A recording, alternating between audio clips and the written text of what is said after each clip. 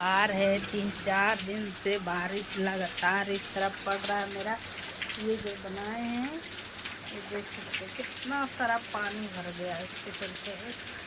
और मेरा जेल देखिए थोड़ा पानी में किस तरह हो गया तुलसी पेड़। ये देखिए मौसम कैसा हुआ है, देख सकते हैं पूरा पानी पानी। देखिए पूरा पानी यहाँ तक पानी आ रहा है।